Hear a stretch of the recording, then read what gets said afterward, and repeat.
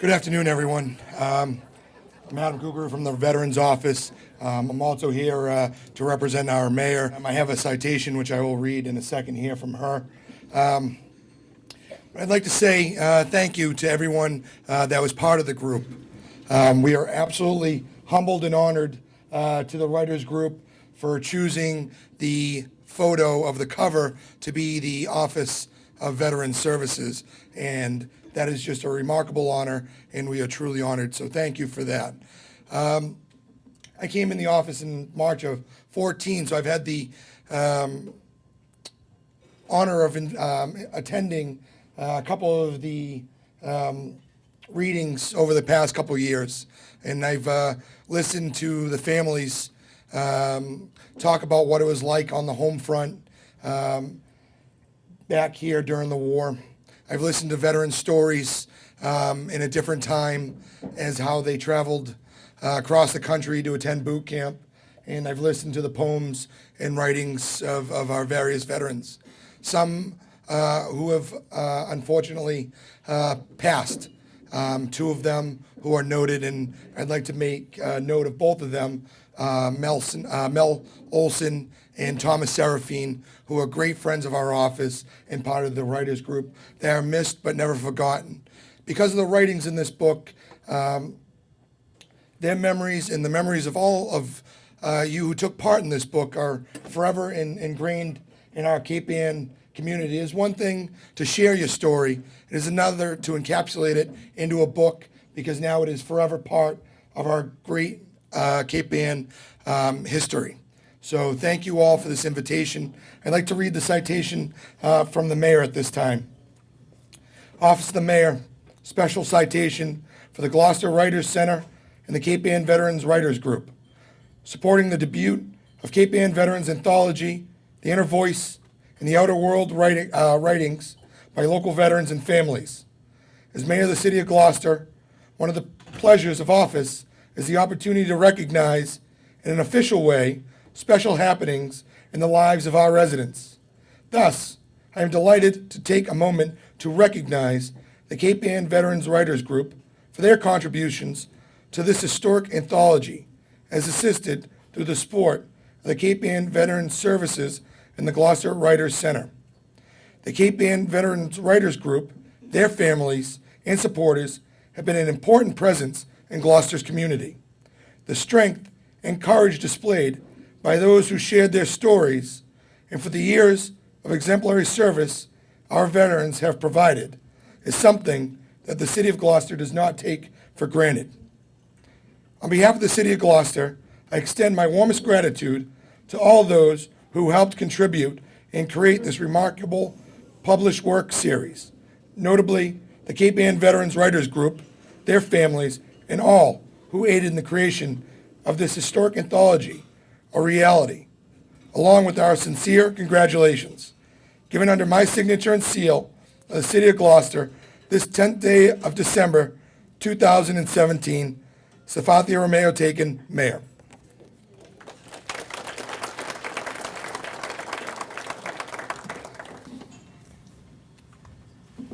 So now how is the program going to go on? Each reader will read for less than 5 minutes, hopefully. Those who are reading from their prose narrative has chosen brief excerpts. Those who are reading poems will read their entire poem. I will be reading two of mine later on in the two of my excerpts later on in the program. This book is organized in part by the various wars that have affected people in our groups: Iraq, Vietnam, Korea, and World War II. Some have writings in more than one section of this book. The first story was written by Alma Hart, whose son was killed in Iraq in 2003. She is working on a book for military families. A chapter of her book is included in this anthology, and unfortunately, Alma won't be able to join us today.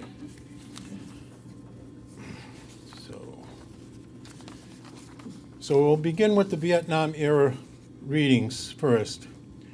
The readers will let us know the title of their work and something briefly about themselves. So the first one to come up is Jim Craig.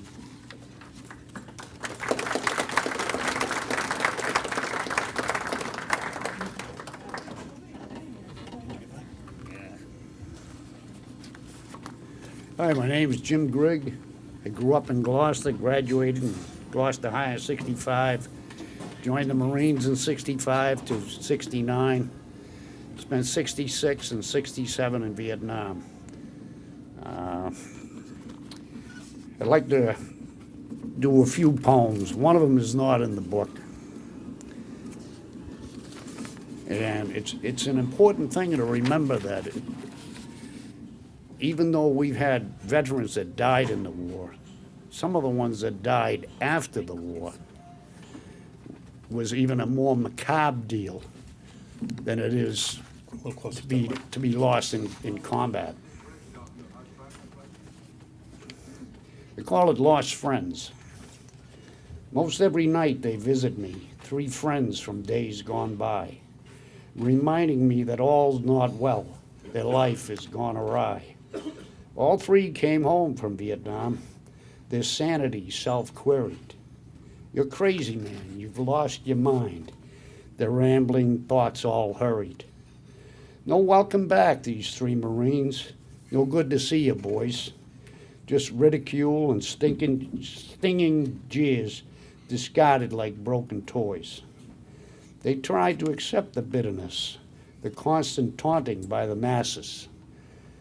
Their country flipped upside down, its people turned to asses. Spit upon and called baby killers, they just wanted to live their life, but found it very hard to do with this constant, unending strife. They took to drink to drown the past and calm their raging mind, reaching for peace and serenity, a place they could not find. All 3 have since passed this life, a life they could not live.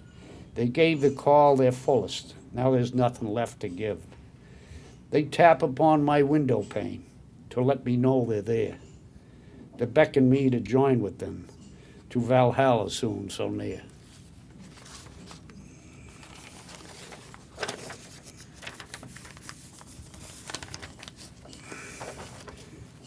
Last summer, I was in West Springfield for the Moving Wall, and I listened to a few people that were there.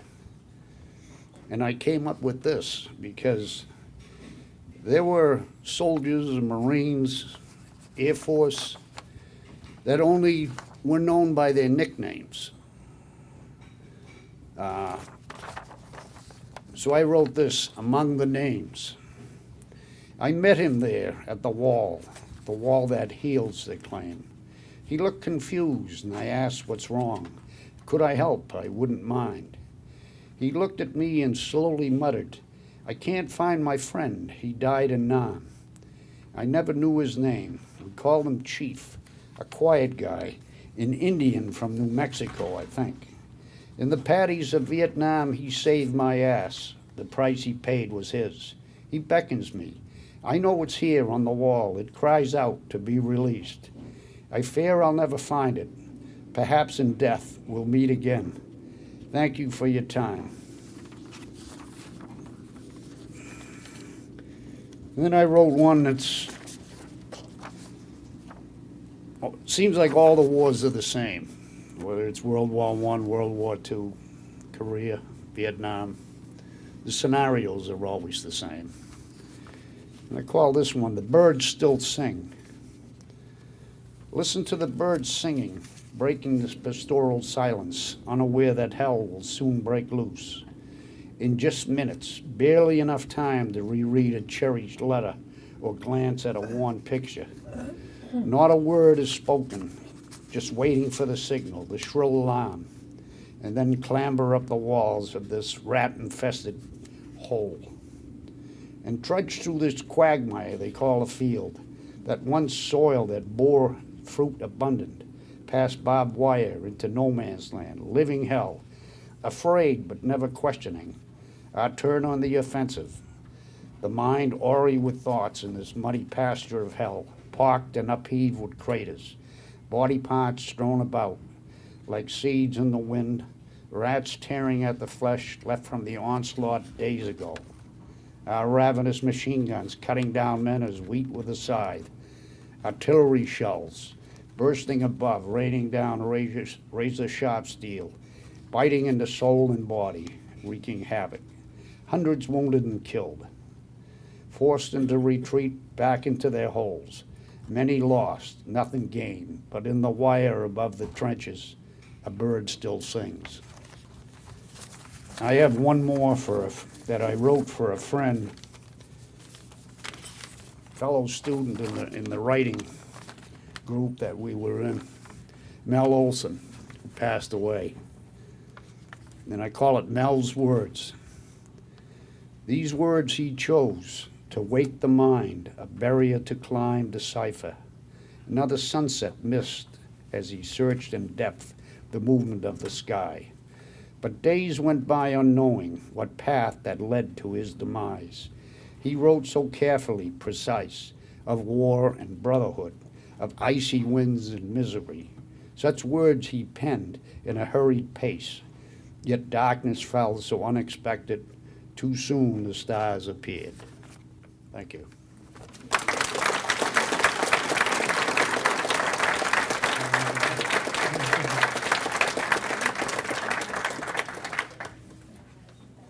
Okay, thank you, Jim. Now I'd like to hear from Heather Dupont. Come on up, Heather.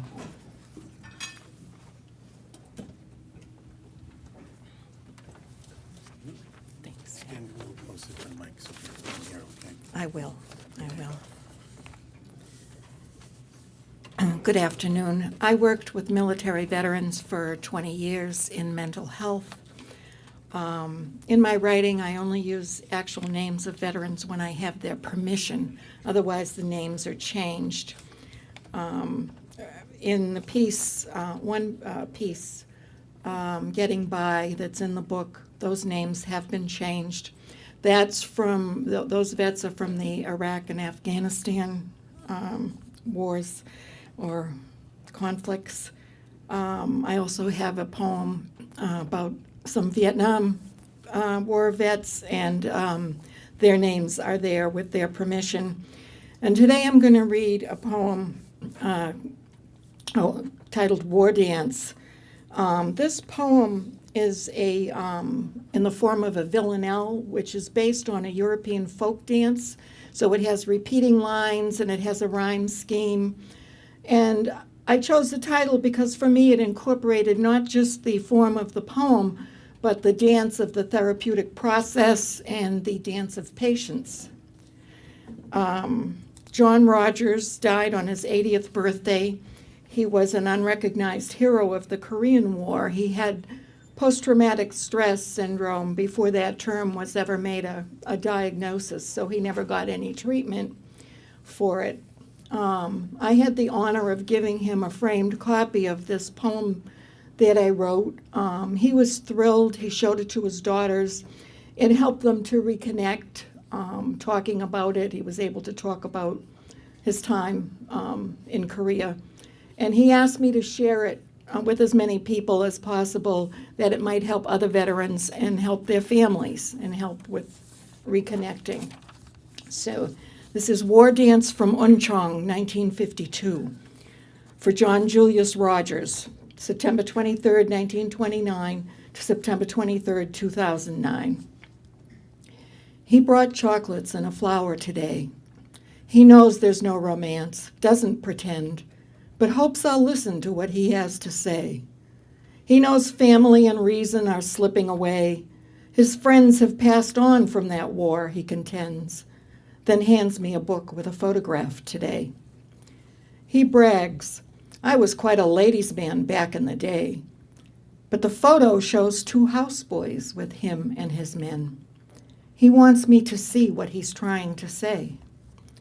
They fought smart, played light, outran the sun's rays, a camaraderie nourished by both boys and the men. He brought letters and songs from yesterday. In our camp, he boasts, there were no feet of clay. We were tough.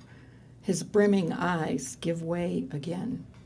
He needs me listening to what he must say. We were ambushed by mercenaries, our camp betrayed. They cut off the heads of those boys. The caged men watched helpless. He brought chocolates today. He knows I'll listen to what he needs to say. Thank you.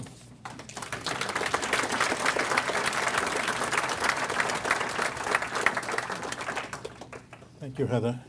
Now it's my turn. As I mentioned earlier, I'm a veteran of the United States Air Force, 1967 to 1971. I served in Northeast Thailand at a forward combat support base from 1970 to 71. My first one is called On the Karat Plateau. It takes place in April 1970. During hot refueling, these are just excerpts from my story. During hot refueling, the jets are checked for damage and the pilot is refreshed, and the crew chief and pilot pass information. Once the F-4 is fully loaded with fuel, the crewman disconnects the nozzle from the jet and hands it to me. Once the pilot is cleared to move, he taxis to have his plane armed with bombs and missiles. The 4 jets then taxi to the runway off to their target. Before the refueling is complete, 4 more F-4s are landing and heading to the hot refuel location. This goes on 12 hours a day for a week. The bombing of Cambodia is a 24-hour effort. The night operation is slower and the rotation takes place at the bunkers for the jet. Next morning, hot refueling begins at 7 a.m. While sitting on the tarmac, leaning against the rear wheels of my fuel truck to take advantage of what shade there is, my mind wanders, and I begin to question the morality of the war in ways I hadn't before. Back in the States, it was all practice. The fighters went to a bombing range, returned home, no one killed. Now the number killed is unknown. Now sitting here on the tarmac against the tire of the truck, it has become too real. The 24/7 bombing of a country that was perceived threat to the United States seemed profoundly wrong in my mind. The war would go on. I did my part, but the hidden sadness of the involvement will last throughout my life. After my tour of Karat, my next assignment was Homestead Air Force Base, where I was assigned to Air Force One and Marine One when President Nixon came to Florida. In addition to Homestead, had a detachment of F-106s to protect the 2 nuclear-armed B-52s that they would scramble when a Cuban MiG tested our airspace. We also did hot refueling from time to time for the permanent party of F-4s, which was more training for the pilots than for the ground crew. The big difference between doing this in Florida and Karat was there was often only 4 jets, always unarmed. In Florida, I felt I was serving my country in addition to my assignment to Air Force One and Marine One. What helped me was knowing that my mission in Karat supported the ground troops in their success. The next one is called Being Heard, Notes on Coming Home. Those of you who are Vietnam vets will probably relate to this. We all suffered this one. Over the years, I met many who did not think that any veteran should be treated well. I know that my experience as a Vietnam vet is similar to others. Things gradually changed and veterans are greeted in a much better way. I am embarrassed to have a stranger come to me who sees me wearing my veteran's cap to shake my hand and say, "Thank you for your service." The first few times, I didn't know what to say. In my mind, I thought, yeah, sure, not long ago you would have called me some derogatory name. I still don't know why people do this, but I try to accept the gratitude and say you're welcome. I have become to be proud of my service. I have even led lay services on Veterans Day at my church. I sometimes wear a hat stating my service as a Vietnam vet. It has taken years for me to be able to do this. There was never much support to tell stories of my service time. Most people don't want to know or just don't care. Their thank you seems to be it. Then one day I saw a notice in the paper about a veteran writers workshop at the local veterans center. I was interested but skeptical, and was it really for vets? Would the instructor really want to assist vets in telling their stories? I wanted to write my military memoir for my family, so I went. This Veterans Writers Workshop evolves with each new session different than the prior, spring or fall. Daughters, wives, and mothers of veterans write their experience, and vets write theirs, whether at peacetime or wartime. These varying perspectives all tell an important story of the American experience. It is now a different world for veterans from how we were treated by the public. VA facilities to to businesses that happily offer us discounts. As I say when I conclude a veteran service at my church, if you have a veteran in your life, on this day, let them finish their story, even if you've heard it many times before. Sometimes a vet needs more than a thank you for your service. They need to be heard. Thank you.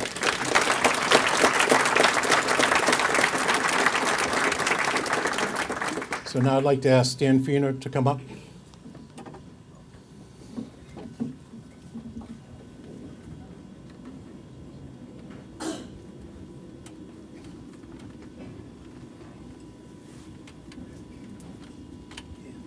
Speak right into the microphone. That'd be good. He's worried he's going to miss his next Santa gig.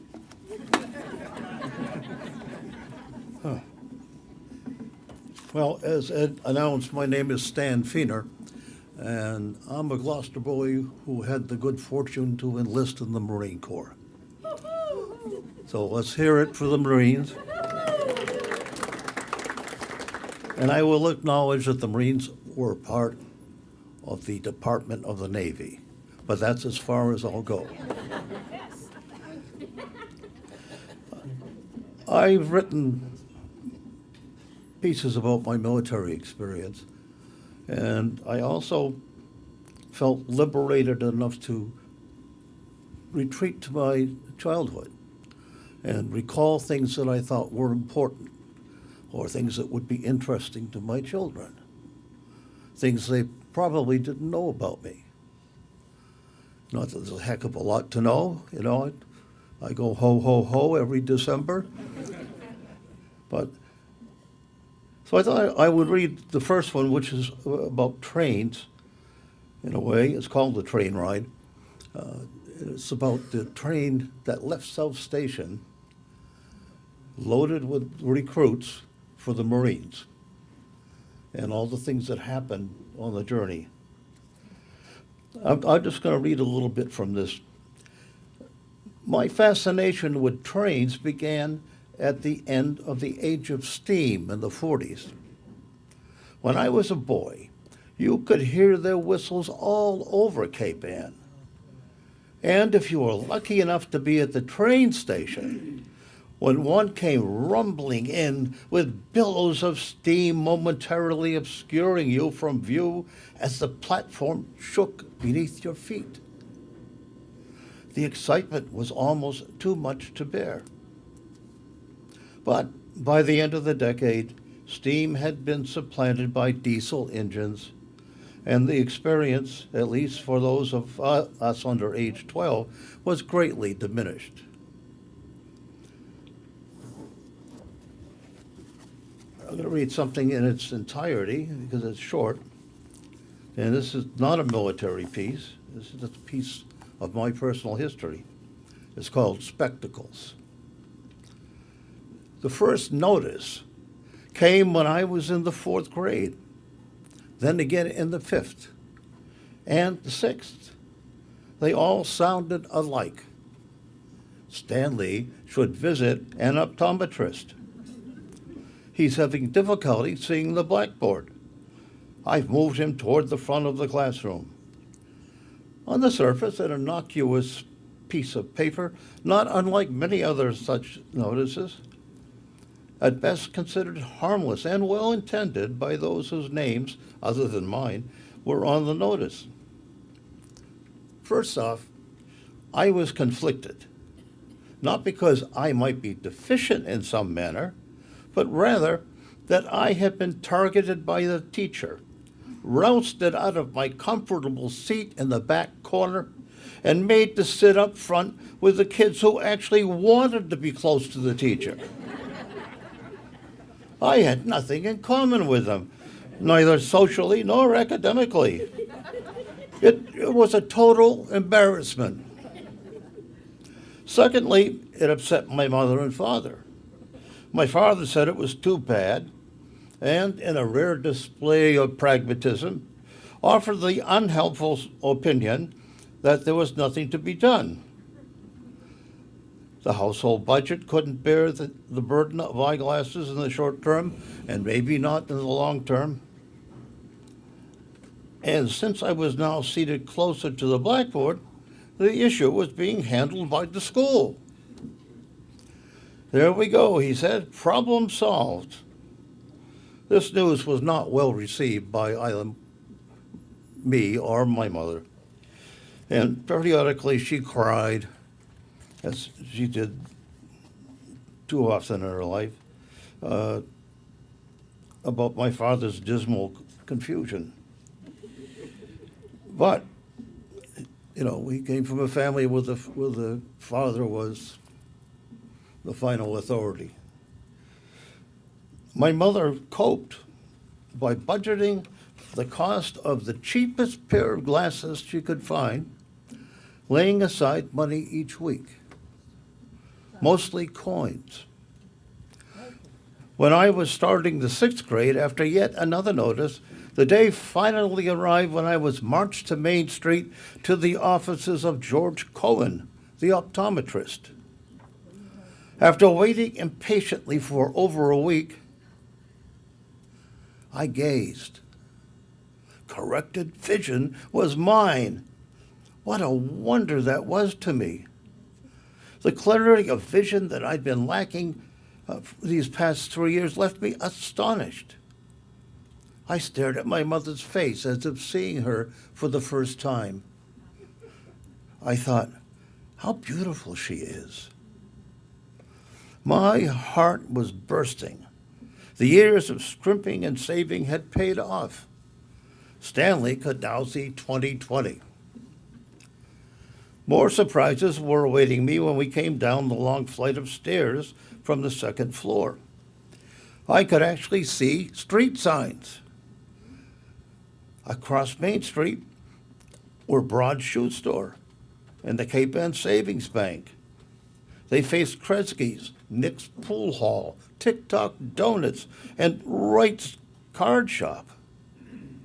To my left, on my side of the street, I remember Gillis's Barber Shop, Fannie Farmer Candies, Sterling Drugstore, Woolworths, and W.G. Brown's 3-level department store. The Costa Delicatessen was opposite, as was the A&P, and next to the Delicatessen was Kennedy's Butter and Egg store. And others I remember were Empire Clothing, Adasco, and Bob's Haberdashery. And I just remembered another one, Clicky's Men's Shop. Well, anyhow, if I've got anything wrong in my recounting, I want everybody who's raised in Gloucester to feel free to correct me, but not too harshly. And that's the end of that piece.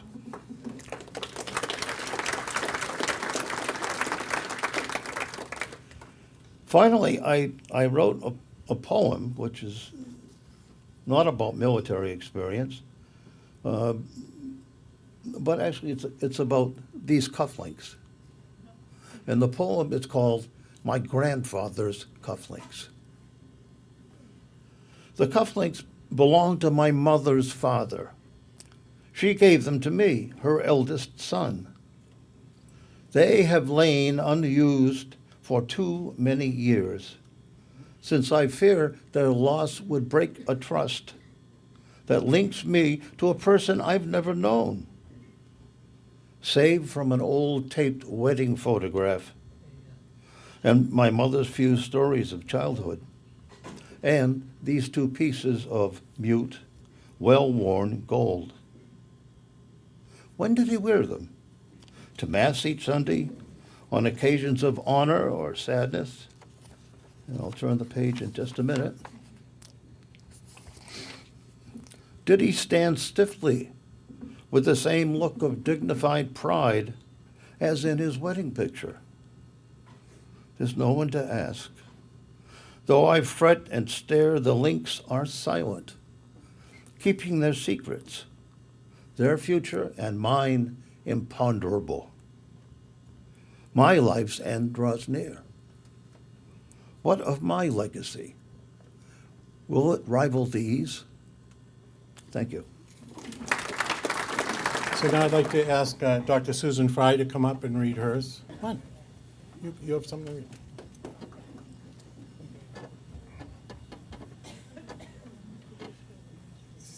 Try and stand close to the mic. Right. I'm going to caress this microphone.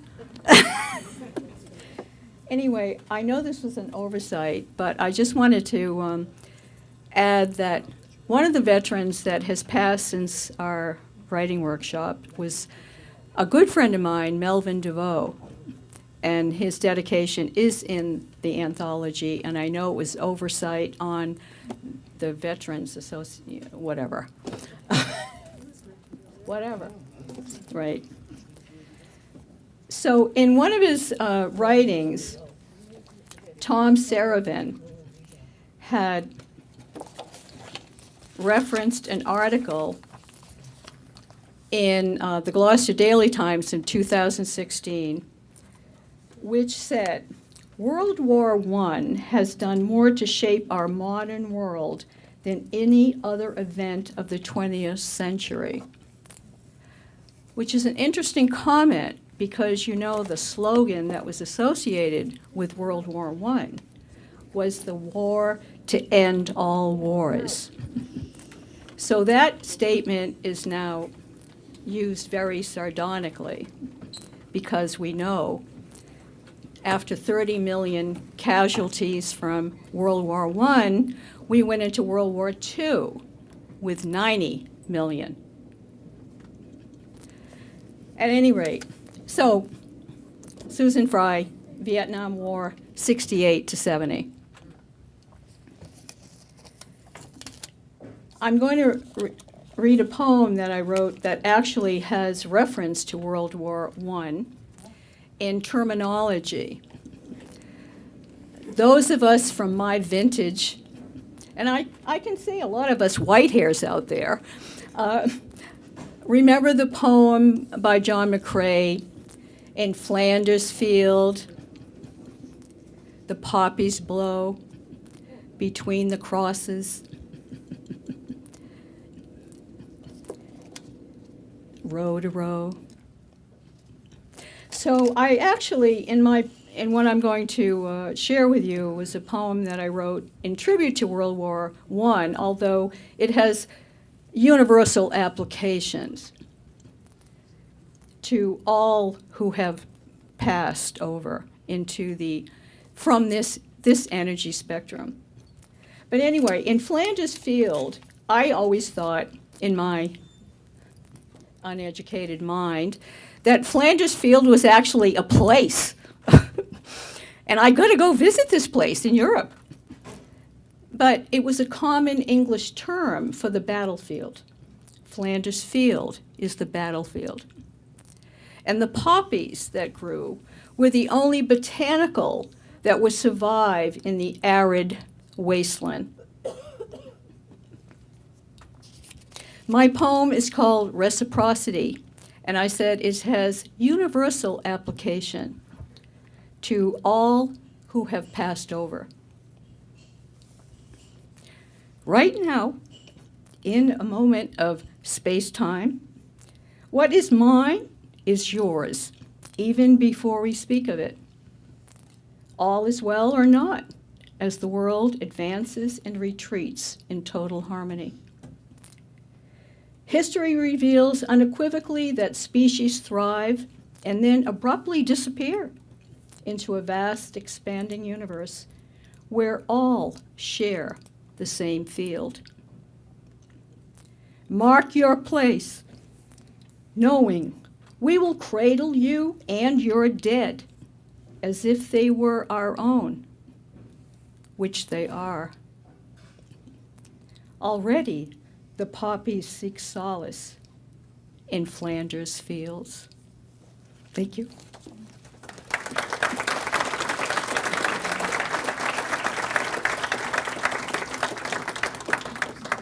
At the risk, Susan was a nurse during Vietnam, and nurses were sometimes referred to as angels. Now I'd like to ask Francis Sullivan to come up. Come on up, Terry.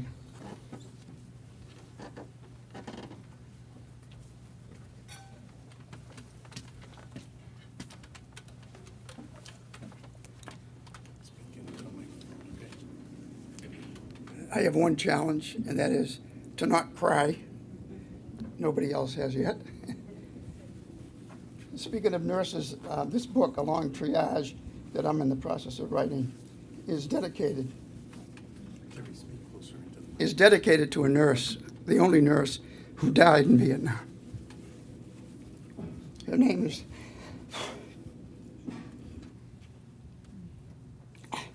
Sharon Lane.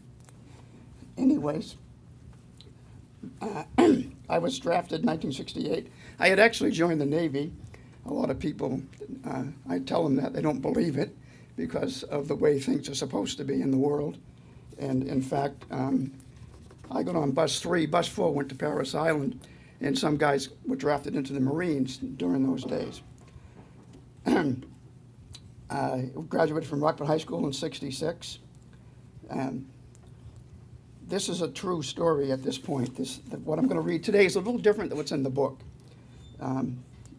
because work in progress is what writing workshops are all about. So chapter 1 of A Long Triage. They called us rear echelon motherfuckers, or RIMPs for short, even when they knew our names. They were the grunts, infantry soldiers, fighting in the worst conditions of combat. We provided them support. They needed the support they needed for their missions. But since we weren't one of them, they treated us like shit. Not all of them, but enough of them to piss me off. You know the type, like the bullies we all had to deal with as kids out on the playgrounds and schoolyards when we were growing up. I learned this disappointing lesson on my first day in Vietnam as an American soldier during the war.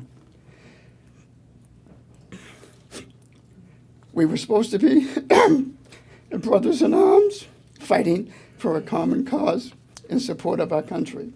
Those days were 40 years ago, and I thought I'd put all my tribal animosity behind me and that my PTSD was under control. But I continue to see them and hear them, especially when I'm haunted by daydreams, nightmares, and flashbacks of my own close calls with death. At first, I hear a fluttering in my ears, always the fluttering. Then I hear the whistling, followed by a flash of light that blinds me. Sometimes I panic and dive to the ground. I'm frightened, waiting for the explosions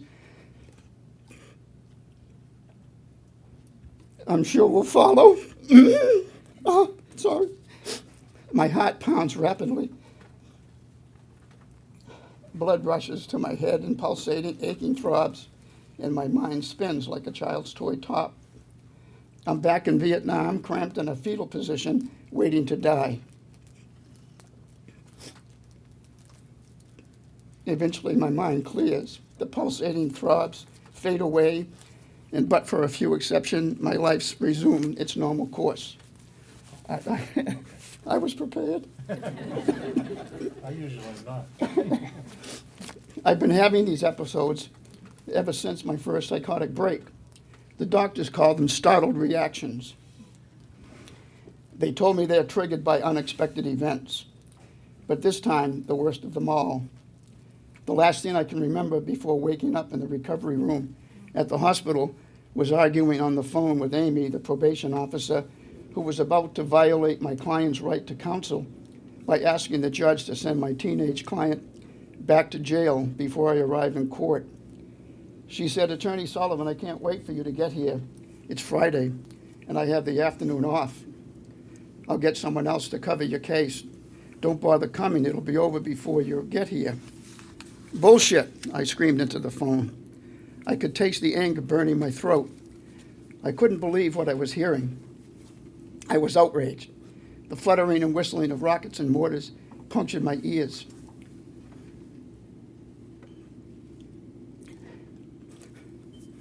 A pain exploded in my head, and everything went black.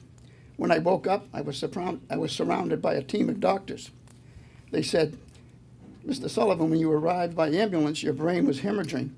We performed an emergency craniotomy but you emerged from the anesthesia in a state of delirium, screaming about rimps and grunts, incoming rockets and mortars and gooks coming through the wire. I said I thought I was back in Vietnam. My mind was spinning somewhere in the dark. I could hear the fluttering and whistling of the rockets and mortars. I felt myself flying through the air. When I felt someone slam into me, we hit the ground. I could taste the dirt filling my mouth as we landed. Then a flash of the biggest light, the brightest light I'd ever seen, blinded me. As my vision came back, I could see his hair turning from blonde to white. So they medicated me and added a psychiatrist to my team of caregivers. My rehabilitation and recovery included physical therapy, occupational therapy, and speech therapy for the brain injury and symptoms of stroke. In addition to the medications, psychotherapeutic writing exercises were recommended to help me with my PTSD. My goal became twofold. Not only did I need to get the reality of war into focus, I needed to purge myself of some deep-seated anger. My biggest problem has been keeping fantasy from merging with reality. My therapist said, "Mr. Sullivan, we want you to continue with therapy after we send you home from the hospital. I've read your medical history, and it concerns me. For the first 20 years after returning home, you lashed out in anger at the people around you while self-medicating with alcohol and drugs. You had a psychotic break and tried to kill yourself. We'd like to avoid having that happen again." So would I. And that, in that case, Mr. Sullivan, your first writing assignment for homework should be a description of your arrival in Vietnam. When I got home, I began to write and wrote until it hurt.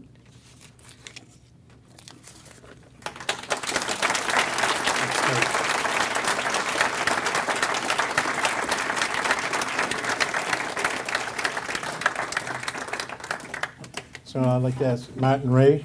Martin? I was raised in the Army and went through ROTC, graduated from college in 1968, and spent 4 years in the Army, in the Corps of Engineers. The last year was in Vietnam. This piece partly integrates that background with my thoughts afterwards. Some years ago, I took time off from a peace witness in Washington to visit Arlington National Cemetery. From the hilltop in May, our capital stretched resplendently on the other side of the Potomac. A steady stream of planes flew in and out of view like worker bees feeding the colony from a global hinterland. Dogwoods and azaleas in full bloom comforted the fields of graves. Spring green lawns made the monuments look whiter than life.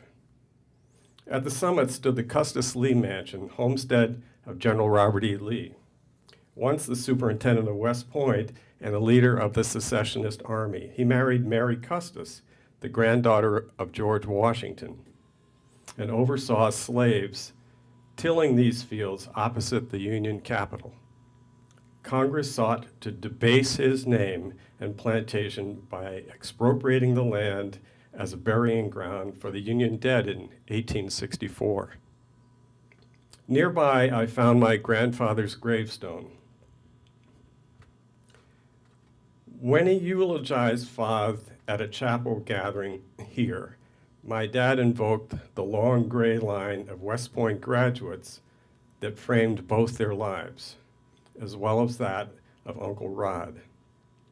Father's other two sons entered the National Service from the Naval Academy. In June of 1968, Father had attended my regular Army commissioning. Dad was there in uniform, 2 colonels, and a newly minted lieutenant. I visited Father 2 months later in East Moriches. He and Jean were closing the family homestead for the last time. He entrusted me with his dress saber, his Indian clubs, and the cast iron water pump that served the household when they first summered in rural Long Island. Dad called me a few weeks later. Father died while saying farewell to his pals in town the day they sold the house. he never made the move to Florida. Now, 30 years later, or so later, I stood before his gravestone as a pilgrim both to and from my past. I breathed out loud my first spoken prayer.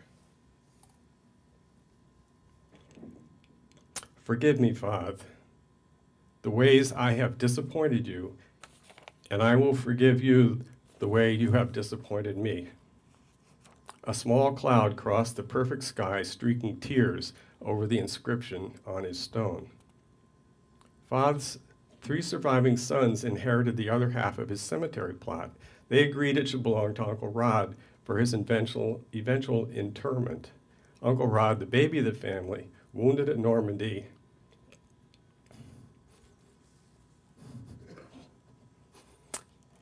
and the 3rd Colonel Ray. While I was taking care of Dad in the nursing home, he reminisced about Father's charge to him in 1939 to help prepare Rod for the West Point entrance exam. Dad took on his schoolboy brother as a summer orderly in the horse-drawn artillery at Fort Hoyle, Maryland. He assigned Rod a docile mare named Betty. When Rod died in 2007, Dad asked me to represent him at the Arlington service. I read the cadet prayer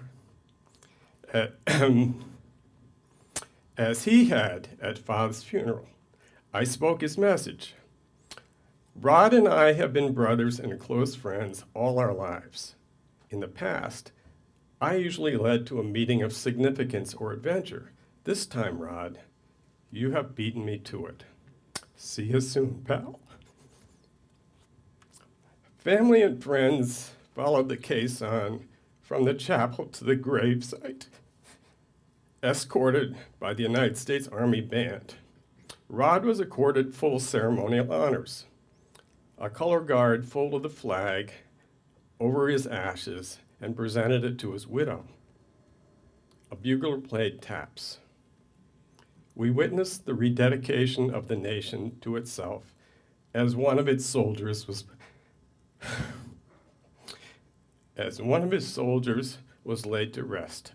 A cherished defender of freedom accorded hallowed ground. I looked back across the river. The planes continued to come and go. My country had said it needed me in Vietnam. People suffered, sacrificed, endured tedium, terror, and heroism. Mostly, I saw it as an immeasurable waste. I did not want to be thanked for my part. I looked across the river from the sacred ground of citizenship and the sacred ground of my soul. Like the bees, I was born for obedience to the hive, but also to question its choices. Thank you.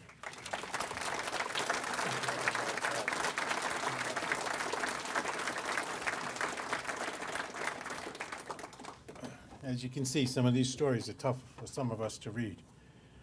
Now I'd like to ask Mark Levy to please come up and read Jaws. That's okay. Just speak directly into it, Mark. Thanks.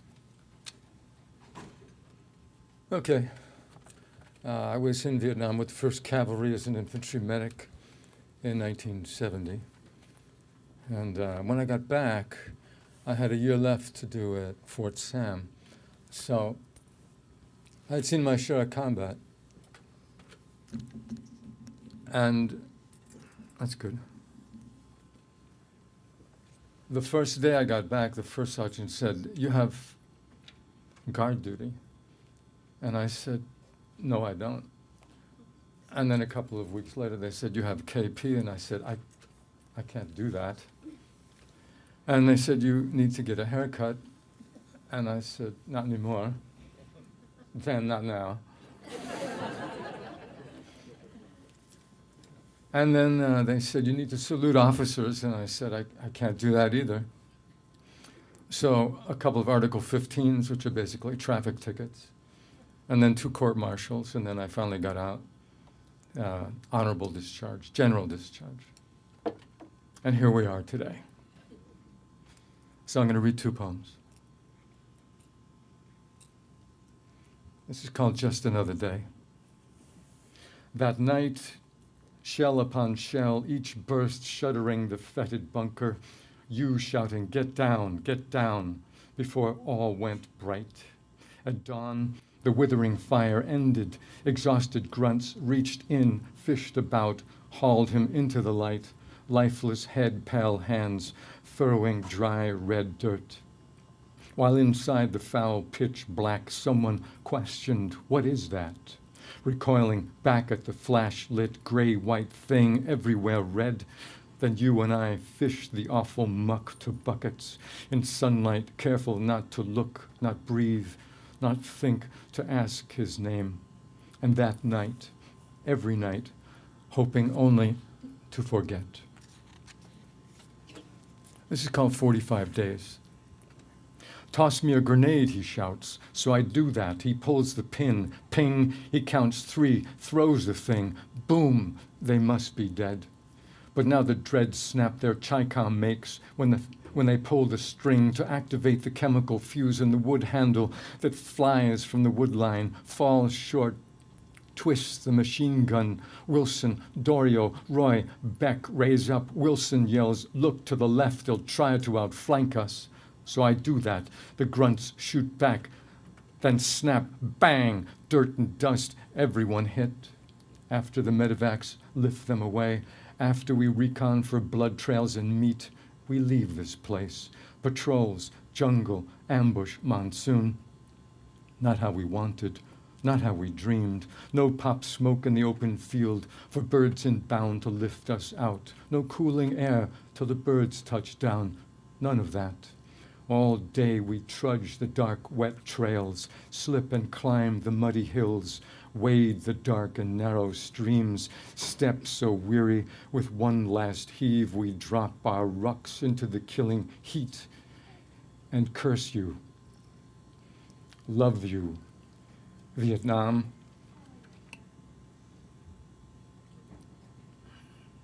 Vietnam. Thank you.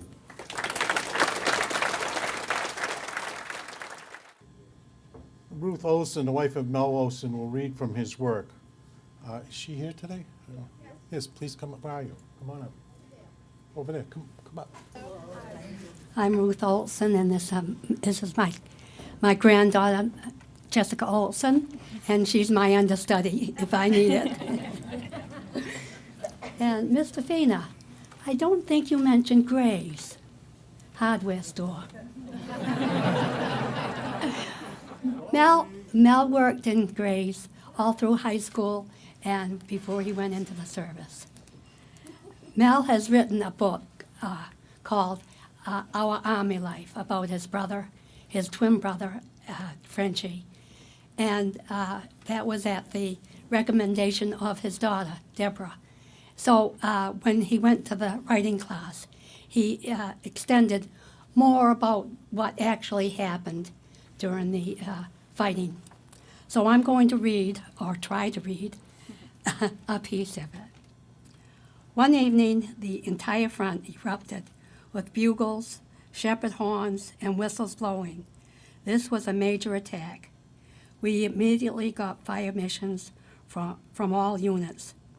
That night took on the appearance of a 4th of July celebration, during which a terrific electrical storm. You could look in any direction and see a flicker as artillery fired everywhere, everything they had. Our battalion expended over 9,000 rounds on the Chinese that night. The Chinese blew thousands of crack troops in a human wave assault. Now our infantry was passing through our positions going south. That was a bad sign. The infantry is supposed to be in front of the artillery. It was referred to as the big bug out. Units were retreating, leaving their equipment behind them, and running. We really couldn't blame them. We probably would have done the same thing. We were ordered out of the position, and then we got orders to set up again and stay behind, and fire missions so that the 24th Infantry Division could withdraw. The Chinese got about 50 yards from us. That was about a half a football field across the river. When the Chinese were recovering from the shock of the bombardment, then we were able to get out of there. At this point, the weather was down to about 0 degrees. The gun mounts were frozen to the ground, and the gun commanders were ready to put the thermite grenades down the gun tubes and blow them apart. Things did not look very good. The battalion commander called the battery commanders and said that this could be Custer's last stand, and you guys are Custer. It sure was not a good sign for the battery commanders or the men. Then we heard that the 8th Cavalry Regiment, which came up to cover our exposed flank, was overrun and practically wiped out.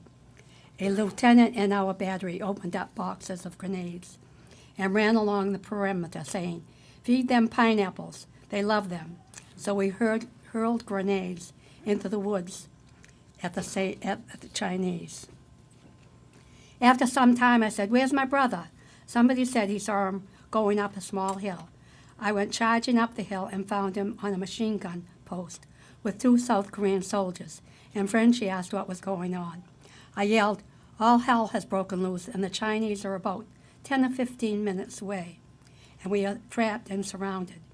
We raced down the hill and started to vacate our positions. The gun crews were able to free the gun mount, so we jumped into the trucks and fell back. The infantry and a lot more of the retreating troops jumped onto our trucks too. A guy in our infantry repeated over and over, "We're not going to make it, we're not going to make it." We didn't need that and told him to shut up. We experienced Chinese roadblocks along our escape route, but were able to reach Anzhou. The roads were cluttered with wrecks of vehicles. Our bulldozer operator was ordered to clear the road of everything and proceed. We were averaging about 5 miles an hour. We were very lucky that we only had a few casualties and did not lose any equipment. Our battery commander looked through his binoculars and could see the Chinese going through the positions that we had just left. Now the weather was turning colder. We still weren't issued any winter gear. All we had was summer clothing, which consisted of summer pants, shirts, socks, and regular combat boots. Near the end of November 1950, it got to 30 and 40 degrees below 0. We put layers and layers of summer clothing on. Then we set up the parachutes as teepees, which at least broke the wind, but on guard duty and fire missions, it was miserably cold. One thing we always said about Korea was the weather. You had snow, sub-freezing temperatures, and the Siberian winds. We would wake up and had to brush the snow and frost off of our sleeping bags.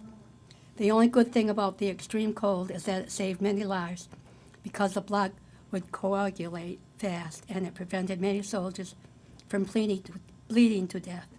The medics would put the plasma under their armpits so that it would not freeze.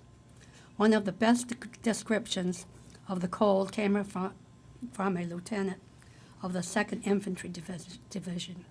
He said, "It was unimaginable military hell. Hills turned out to be mountains, winds blowing even harder, temperatures dropping almost by the hour. Every day was bitterly cold, except that the next day would be colder and make you long for the cold of yesterday." Would you do the last part? Yeah.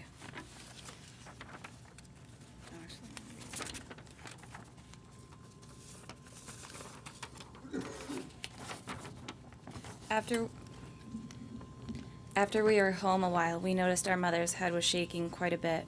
We asked her about it, and she said it had been like that for over a year. We took it to the doctor, but he could not find out what was wrong.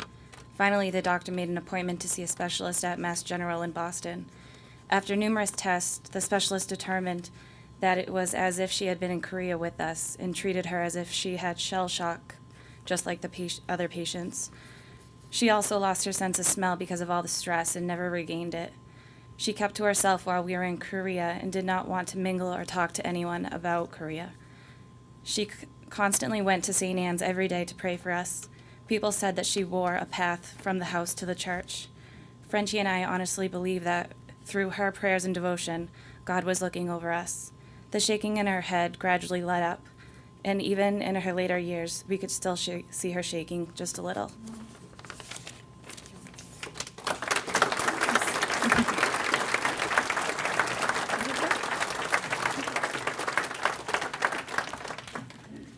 Now I'd like to ask Maria Lane to come up, who will be reading for George Lane. I'm Maria Lane, and for the better part of 40 years, my dad has talked to me about his experience in the Korean War. It's an honor to be here, as it has been to be part of the Veterans Writing Workshop. I met Mel Olson in it. He showed me a map where he and his twin brother Al, or Frenchie, were in North Korea, southwest of where my father was at the same time in November 1950, during the northernmost battles in the Korean War. What are the chances? To the Chosen and back. When my father, George Edward Lane, joined the Marines at 17, it was post-World War II, peacetime. What he couldn't know was that the dynamics between East and West would become the Cold War, pitting former allies against each other when North Korea, backed by Russia, would invade South Korea on the 27th of June, 1950. He had completed 4 years of service and enrolled in college in Boston when he was frozen in place. The United Nations Security Council resolved to restore peace. The U.S. was to lead a multinational force to enforce the resolution. My father was in the 1st Marine Division, 7th Regiment, part of the UN X-Corps. He did not speak of the war until I was 18. The only sign I saw of it was a photograph of 160 men in his Marine Division at Camp Pendleton, California, before boarding ship for Korea. It was another world away from the one we lived in, with ocean breezes and sunlit granite shores of our home in Lanesville. Only 10% of those men would survive. In an excerpt of a letter to my grandmother, my father wrote, "Dearest Mom, we're aboard an LST ship in Incheon Harbor. We're going to Wonsan in North Korea. Our lieutenant has managed to get a hold of some Newsweek magazines. What amazes me is how they talk of the war being over, that Seoul had fallen on September 26th, but it would have been hard convincing me. I was in combat, lying on a bank in Seoul, watching a string of machine gun bullets kicking up the dirt next to me and wondering if the next ones would be down my back. Did I tell you I planned to get a car? Have a 1950 all-steel station wagon in mind with a radio, of course. One thing I'm sure of is I'm going to school. Your loving son, Eddie. P.S. Don't worry." My father traveled north, the tip of the spear, to the Battle of Chosin Reservoir, one of the most renowned in Marine Corps annals. 12,000 Marines and a few thousand Army struggled to survive the coldest winter in 100 years. It was so cold that blood froze. My father related the story many times to me about traveling to the Chosin. We took a hill in North Korea, going toward Lake Busan, a high plateau where the winter was one hell of a thing, 30 degrees below zero. We were the front line. We were it. It was hilly with big boulders, and we were coming on this foxhole where there was a young Chinese guy, standing up trying to figure out what was going on. There he was with his weapon. This fellow wasn't older than me. I dropped a grenade on him. My buddy was about to go forward, and I held him back. I just happened to think of his young face. It just told me how goddamn stupid war is. Funny what I remember, a grenade killing this kid. I thought, what am I doing? His mother would get a message that her son was dead. My father's comrade would have been killed. He saved one life while he took another. The scene played out over and over in his mind, as I have heard from many veterans, of the terrible choice to kill or to be killed. It speaks to me of their deep humanity. My father said, we reached the plateau. It was a slaughterhouse. There were bodies of soldiers stacked like cordwoods in trucks. The 1st Marine Division, outnumbered 10-1, was threatened with extinction. Surrounded by Chinese soldiers, their only lifeline was a steep mountain road, a 78-mile journey to the Sea of Japan. The withdrawal was the longest in American military history. They also brought 90,000 North Korean civilians out with them.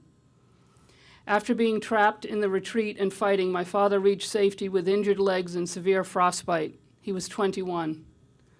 He recovered in a Navy hospital ship in Japan. He wrote to his father, Dad, boy, all my buddies are either maimed or killed. Can't understand it.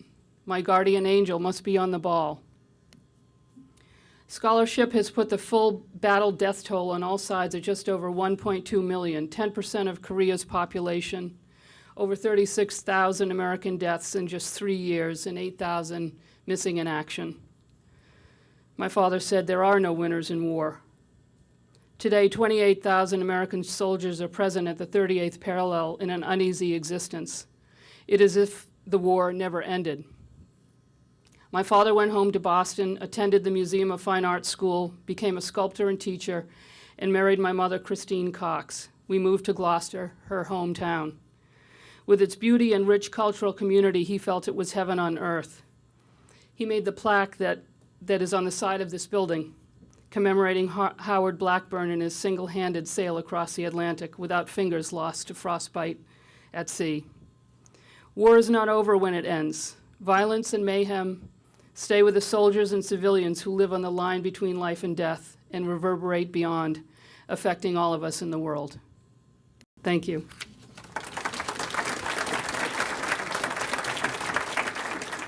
Now we're going to move on to World War II. Mary Conley, could you come up, please? I lived in Gloucester for 45 years. I was raised in Cambridge. What prompted me to join Dorothy's writing class held at the Veterans Center was finding in my family's attic letters written by my older brothers, Tom and Jimmy, from the battlefields of Italy and North Africa during World War II. This excerpt I am going to read from my story is about Tom's return to civilian life after losing his leg in battle and becoming a prisoner of war. The title of my story, Tom, I Hardly Knew You. Tom returned from World War II in 1945. Our family and all the neighbors were happy to see him home. The whole country was excited that the war was over and the military were returning home. When all of the excitement quieted down, everyone went back to work, resuming their normal life. Yet, many discharged from the military tried to resume their civilian life, but could not. As I reflect on Tom's life, he loved baseball, always in the baseball park, organized the Cambridge Cardinals, was captain, and a great catcher. His dream was to sign up with the Boston Braves baseball team. When he returned home with one leg, he never picked up his glove again. I realized the heavy drinking must have helped Tom block out the terrible battles he experienced. His leg was blown off. Many of his buddies were laying dead. The Germans captured him, amputated his leg at a first aid hospital with little anesthesia.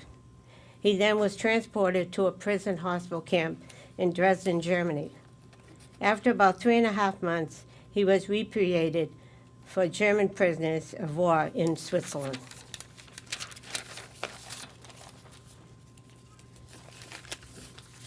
My second reading is an excerpt from the story titled Sarah Comes Home. Sarah is my mother, who came to this country when she was 16 years old. The picture of Sarah's dear mother standing on the dock, waving to her children, saying, "God bless you," haunted my mother so much she saved enough money working in a chocolate factory for passage to Ireland to visit her. Sarah boarded the big ocean liner docked in Boston to Ireland. As the days passed, while walking along the deck, her thoughts were focused on her return trip to Ireland. How was her mother? Has she aged much? Her favorite goat, Daisy, still giving milk? Is her bike still in the barn so she can travel about? After several days at sea, she arrived in Londonderry, North Ireland. She traveled to the town of Fitna by a horse-driven van. Oh, it was so good to see the beautiful green hills and the sheep grazing along the way. She got off in town, walked up to the crossroad. She began to walk faster, her heart beating with anxiety. Coming up the lane, she met a girl, her sister Teresa. She hardly recognized her. She had grown up. As she reached the cottage, peered over the half door, she saw her mother sitting at the table with a cup of tea. Her beautiful auburn hair almost white, her pace a little slower with arthritis. Oh, she was so happy to see Sarah. And Sarah was happy to be home with her brothers, sisters, and friends. Thank you.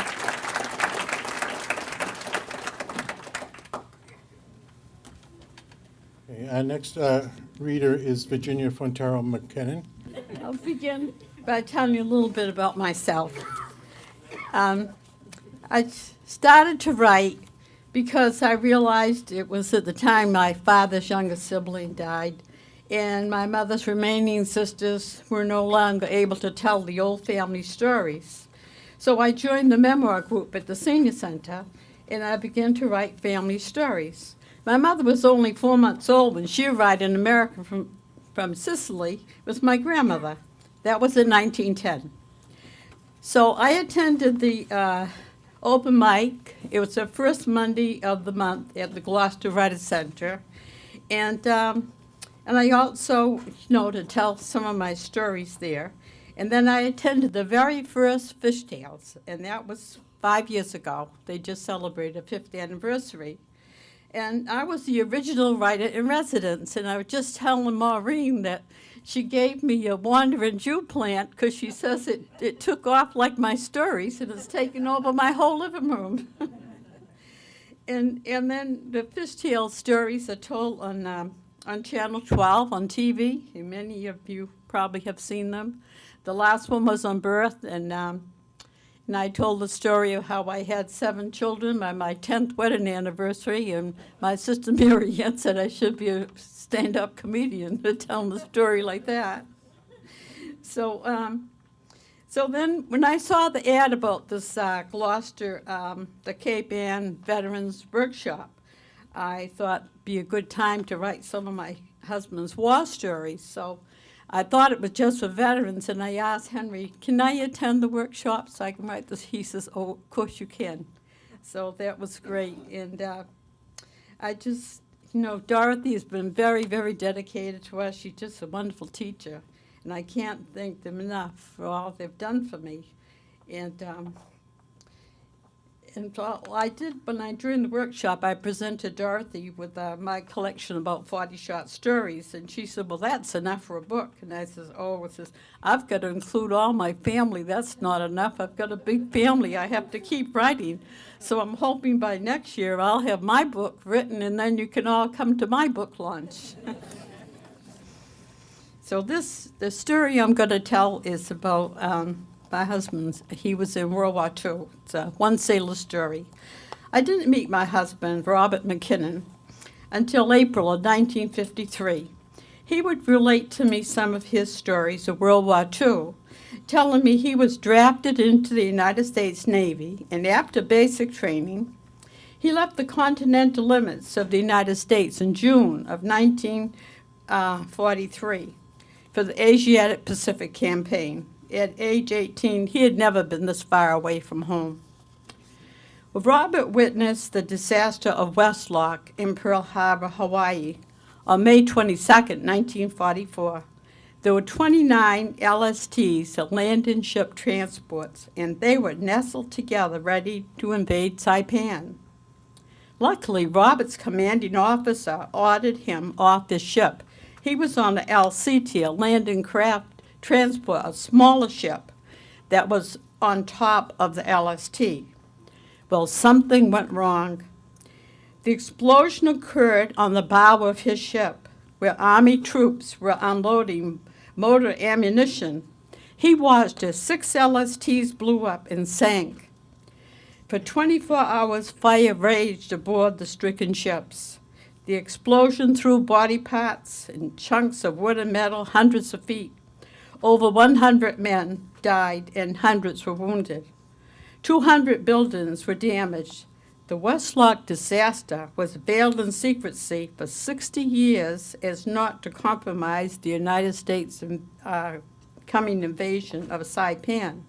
In fact, this book was just published this year, and they're finally recognizing this Westlock disaster. And my son heard about it on the it was on television back in 2005, and he was so excited. He called and he spoke to his dad. He says, "Dad," he says, "you know, they're talking about the West Loch disaster on TV. They're finally telling about it." Now, no one believed Robert. No one believed him when he talked about the horrors he had witnessed in the other battles that he was into. He had nightmares of seeing so many of his friends killed. It took a fire to resurrect these deeply repressed memories.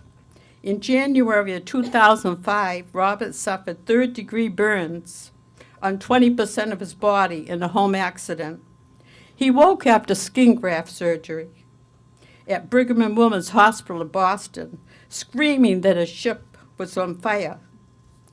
He was diagnosed by several psychiatrists, finally diagnosed with post-traumatic syndrome. He was prescribed medication to help him cope with his anxiety. And he spent many months of weekly visits to the Gloucester Veterans Center, seeing a very understanding veteran therapist. I worry about all the servicemen in harm's way today. Will their tragic experiences be understood? Will they also have nightmares and secret memories? I can only write about my own observations of painful memories and what war can do to a person. Veterans carry many secret burdens. I believe when a young man goes to war, the same person does not return. Attending classes at the Gloucester Veterans Writing Workshop for the past 4 years, I'm amazed at the number of war veterans who cry when telling of their war experiences. The hurt never goes away. Well, then I'd like to read just something a little different this afternoon, a little story about my dad, and it's called A Gloucester Fisherman's Daughter. My dad, Mike Frontero, was a Gloucester fisherman. He had many tales to tell. I remember Dad taking a big piece of paper with a pencil in hand. He would draw and explain the process of catching fish to me. He would begin by drawing a picture of his boat, a dragger, the winch, the doors, the steel cables, and the net. March 14, 1949, my mom was listening to her ship-to-shore shortwave radio, and she heard the voice of the skipper, Busty Sirio, warning, "Mayday, Mayday, the fishing vessel America was taken on water and sinking." With the rosary beads in hand, she prayed for my dad's safe return. The 8-man crew were taken aboard by nearby fishing boats. My dad was the engineer. He and the skipper remained in the boat, pumping water desperately, trying to save the 71-foot America. The Coast Guard arrived and explained to my dad that the America could not be saved, and they had to abandon ship.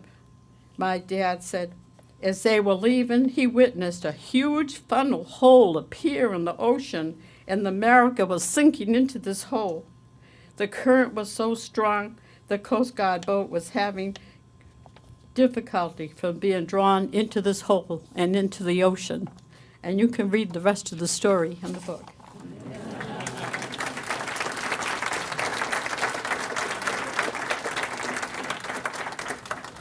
So next up is Connie. Connie Condon, please. First of all, let me tell you, I've been a resident of Gloucester since 1967. I am the daughter of a naval veteran, the wife of a Marine veteran, and the mother of an Army veteran. I am a registered nurse, a mother, a grandmother, an actress, a writer, and God only knows what else. Not necessarily, oh yeah, I'm a Democrat. Not necessarily in that order. So, I'm not like everyone else. You see, I didn't bring the prepared papers. I have to read from the book. During World War II, people seemed so much more involved in what was going on than what they are today. In World War II, many houses had a star hanging in the window, while today you would have to hunt to find one. Food, sugar, beef, butter, and gas were rationed. Children were often sent to stand in line with the ration books for these items. Most people didn't have cars, as I recall. Transportation by bus and train was prevalent. Every town had a collection bin on the sidewalk made out of chicken wire formed into a circle. It could usually be found in front of the city or town hall. People put odd pieces of metal, old pans and tools, utensils and such things into the bin. I remember people taking the tin foil from gum and saving it and wadding it into a ball to contribute to the collection. All local service spaces and airports were in full operation. Children played Japs and Americans instead of cops and robbers or cowboys and Indians. They had to take turns because everyone wanted to be the Americans. They were children and didn't fully understand war. Movies were accompanied by world news and cartoons. Many movies were made depicting stories about war, the way loved ones were left alone as husbands were off fighting, for example. Rosie the Riveter came into being as women had to cover shifts in the factories. Often children took care of themselves within reason. They knew how to make their lunch, heat up canned soup, make sandwiches, prepare cereal, and more. The soft drinks were Coke and Moxie, and of course Kool-Aid if sugar was an option. Water was good, not filled with chemicals like it is today.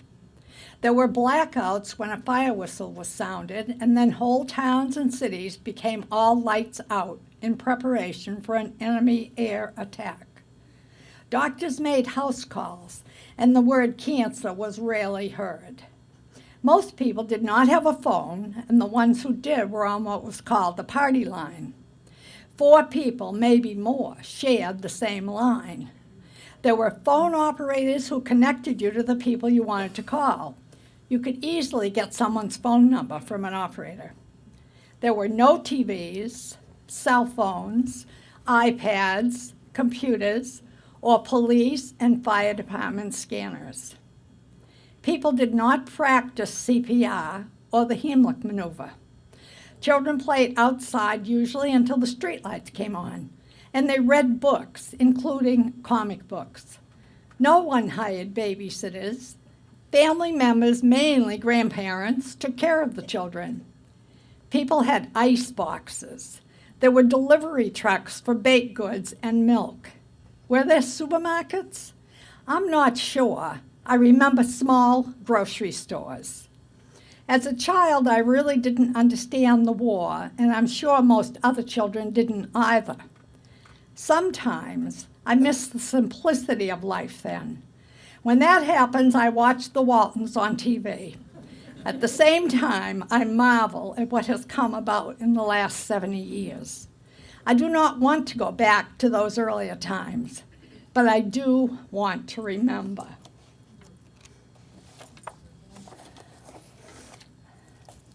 I'm going to read another piece.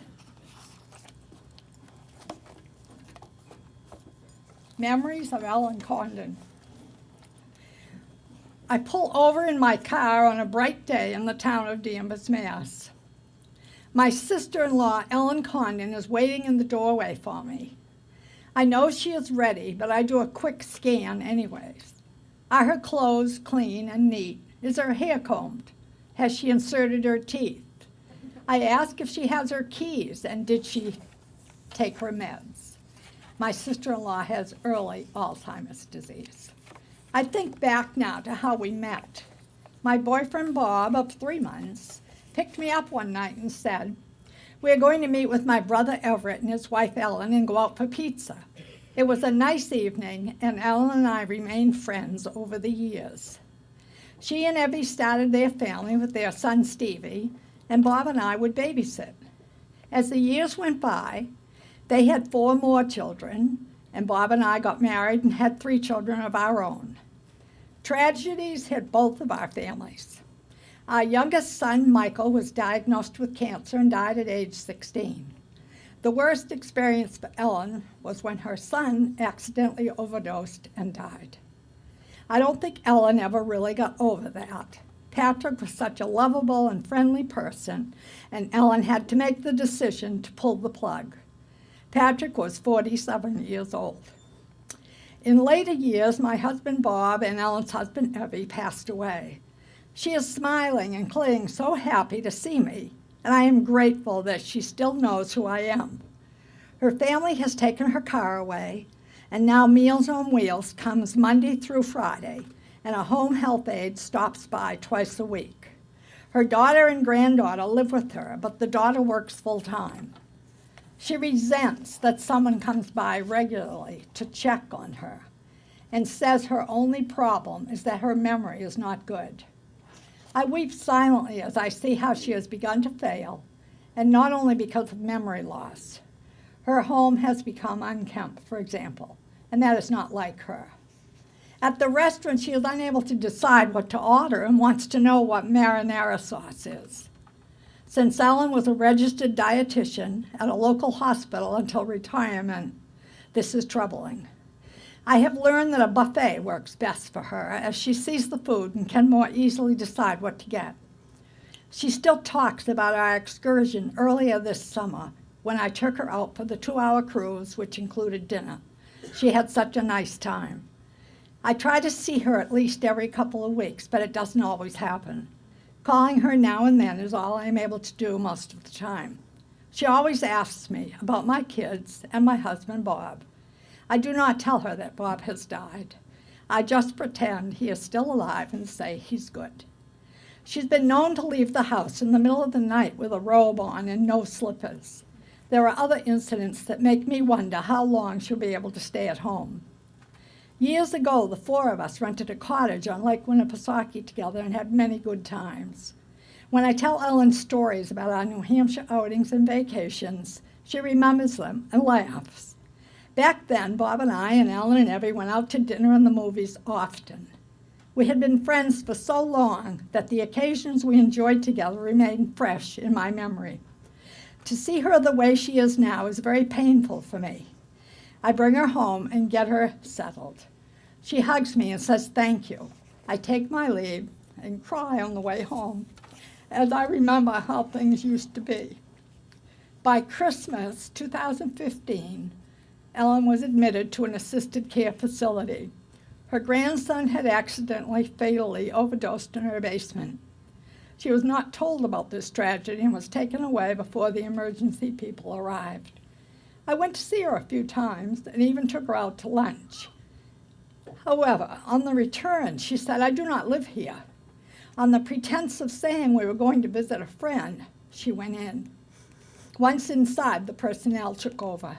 I knew then that there would be no more takeaways. I continued to visit her, and recently my son came with me.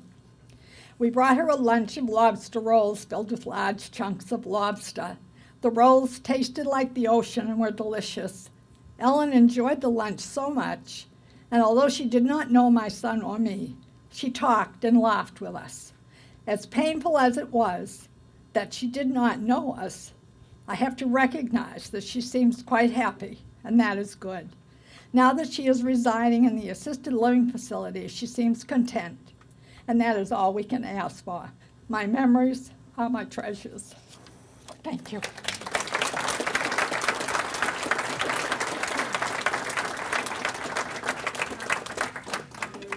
Okay, now that completes the part on World War II, and we're entering into widening circles, and we have Linda next. I joined the veterans writing class a couple years ago. My aunt, who I focus on, was in the Marine Reserves. Her name was Dorothy May Graves. She was a skier in the 1930s and 40s, and often the only woman competing. My mother went with her for a few years, and they competed together as a Sensation Sisters. But my mother hurt herself, and but my aunt continued. This is from the Dorothy May Graves Speaks, which is in the booklet that you should purchase. It's an excerpt, and this part is as if she is speaking. My life started in 1923 in Greenfield, Mass, in a small area called Bingville, named after the noisy trolleys that took people around town. When I was 7, I got scarlet fever. Children had died from it in the 1920s, but I was fortunate enough that antibiotics were available in 1930. However, the disease had weakened my muscles, so my father got an idea of how to strengthen them. He taught my older sister and I how to cross-country ski. He knew a carpenter who made the skis, and then our father attached old rubber from worn-out tires for bindings. You might say we were off to the races. We loved skiing in the woods near our home, and one fate-filled day, my father created a small hill in the middle of our path, and my sister and I were airborne for a second. Eventually, our dad was designated as the head person to oversee the building of the first ski jump in Massachusetts. Since he also had worked on the railroad, any discarded wood from the tracks being laid were taken to the work site for the ski jump. My sister and I did eventually compete at that jump. I was 12 when I first entered a ski jumping competition. Since ski jumping had not really taken off for women here in the States, my sister and I were known to rank at the top with other women in the world in our early teens. We were also referred to as the sister sensations. I was more focused on beating my own record. As an older adult, I was honored to have an award named in my honor. I attended several of these events and met some wonderful young women jumpers. They would have been considered junior jumpers. Before leaving this earthly plane in 2005, I had handed the Dorothy Graves Award 4 years in a row to Lindsey Vann, who became one of the first women ski jumpers on the first U.S. Olympic ski team, jumping team, that competed in the 2014 Games in Sochi, Russia, and is now a coach for the team. Did you remember that earlier date, 1924? Yes, it took 90 years from the time ski jumping was part of the first Winter Olympics to when females were allowed to have teams and jump. This is from Dorothy Graves 14 at Laconia, New Hampshire. When it's finally Dorothy's turn, she feels absolutely frozen for a moment, as if time and space have stopped as well. While still under the heavy canopy at the top, she raises her head toward her impending future and nods to the storm as if to say, "You can't stop me now." When the judge says, "Now," Dorothy takes off down the snow-packed jump. Time again seems to stand still, yet she is still moving toward that future, challenging and unknown. The wind seems to lift her higher than usual, although she can feel her face freezing with each forward movement. When she hears that familiar whack of her skis, she holds on to her balance, and a breath of air releases from her inner being. The crowd, bundled up in automobile blankets, is silent. Then, as a few recognize a contestant, they begin cheering and clapping with their covered hands. A few are shaking their heads, and some appear to be in shock as they are whispering, "It's a girl." This is an excerpt from the epilogue of the Dorothy Graves story. Spring has arrived in western Massachusetts, but small patches of snow can be seen in shadier areas like at the cemetery. Robert thinks of walking to the cemetery from town, as he knows where it is, but then decides he shouldn't be using what little energy he has. So he gets into his small SUV and turns the key. Under the railroad bridge leading into the country, then past the fairgrounds, he takes a turn onto the dirt road, to an area he only saw a few times as a child. There are numberless numbers of plates of stone and the name of each honoree carved into them. The sun has not been able to make its debut due to the heavy cloud cover. Robert is aware of every sound heat or nature makes. A crow flies from the top of a distant shed, heads toward him, then veers off toward a brownish field. He then notices his own breathing and how heavy his feet and legs feel. A slight wind chills his ears and cheeks. He is coming to terms with being older, his body less flexible. Then he finds the site where a rectangular hole has been dug and is covered with a green plastic sheet. No flowers adorn the four edges. The writing on the stone is accurate, just the basic facts. Dorothy May Graves, March 1st, 1923 to March 24th, 2005. 23 days after a small birthday party for her at his home, and she left forever. No more brief advice or questions about taxes or inquiries about his sons or wife or brother or anything. This is a poem, and there is a picture in the book of her, the back of her, taking off. It's called The Odd Bird. I look for her spirit in a woman who wears a patterned sweater with a winter design in the corner at a small wooden table. Coffee, plain and black, staring back, and she staring in. Thinking of home, her first coffee a shock, her sister's death a complete shock, and her mother leaving, not walking out, just not present in the present. I look for her challenges when I see children who strive to learn how to read, to learn the multiplication tables, understand algebra, certain sign charts, and well, to survive the playground. Befriending the innocent, the boy with thick glasses and buck teeth, her athletic abilities beyond his, yet showing him how to bat, kick the ball harder, shoo away bullies and hurtful comments. I look for her flying, not in airplanes nor with hang gliders, oh, never those things, but for her form at the top of the mountain, poised to leave at the right moment, at her moment, to flying down a wooden slide, with a winter wind attempting to stall her form, prevent her lunge, yet lunge she would, and for all times, and being the best possible jumper anywhere in the world, in her town, state, and country. I miss her spirit. I miss her.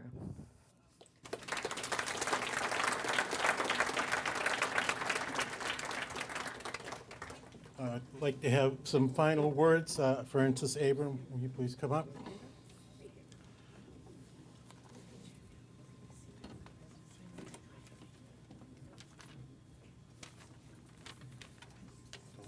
Right. Hi, my name is Francis Abram, and I'm an Army veteran. Go Army! Yay! Yes. My father was.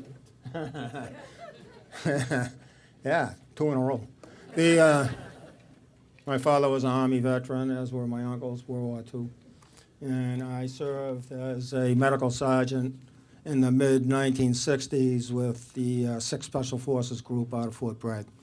And I'm going to read a part from Tom Seraphin. He was a member of the writing group and died suddenly this February at 68 years old. And I miss him. He was a friend of mine as well as a lot of veterans. Tom's article is The Importance of Military Stories. Telling stories about our military experiences can be a personal healing, therapeutic experience. It allows the storyteller to air difficult emotions, feelings, and knowledge about life-changing wartime events. Sharing military stories can be enlightening for the listener. The stories offer insight about the storyteller and at the same time provide details on specific wartime occurrences that enhance our understanding. To quote from an editorial in April of 2016 from the Gloucester Daily Times, World War I has done more to shape our modern world than any other event of the 20th century. If you believe this statement, how important is it that we listen and gain a better understanding of the effects of war has on our daily lives? To quote again from this editorial, history is important, if for nothing more than understanding how we got to where we are. The history of war and the personal stories and experiences we share help us to better understand the world around us. The past, especially the military past of the last 100 years, is extremely relevant. World wars and all the other wars and conflicts continue to have a dramatic impact on the world we live in today. I agree with the points made in the editorial mentioned above. Meddling in the Middle East since the end of World War I has played a major role in today's international tensions. Thank you.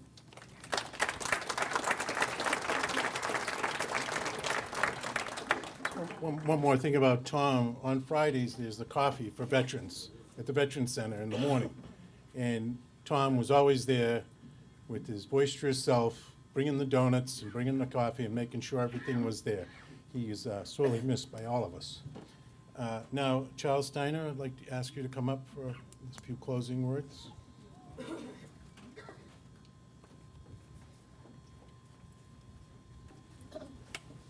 Charles, try to speak directly into the mic, okay? Try to speak directly into I was privileged to go to the Veterans Center under Dorothy Nelson, but I had a very moving experience there. Virginia wrote a story that moved me, and I will never forget. And it was a story that she told about her grandmother speaking to her as a small child. And I want to read what it said. Last year, the Veterans Writing Workshop, there was a presentation that continually plays on the turntable of my mind. I'm referring to a story of a grandmother being questioned by her grandchild, who was curious about how her elder relative came to Gloucester from Sicily. The tale itself was very poignant, describing the conditions and customs of Sicily in the 19th century. The matriarch recounts to her grandchild how she dutifully waited for years for a letter summoning her to America.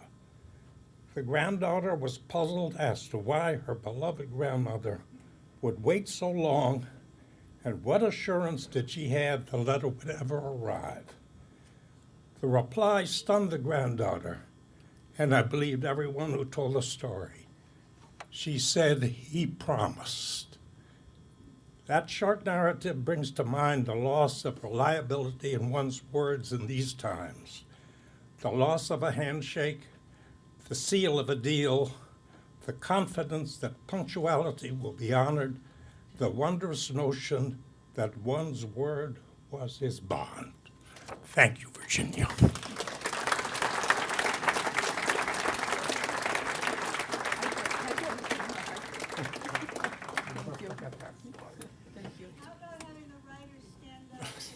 Okay, Dorothy would like all the writers that are still here to please stand up.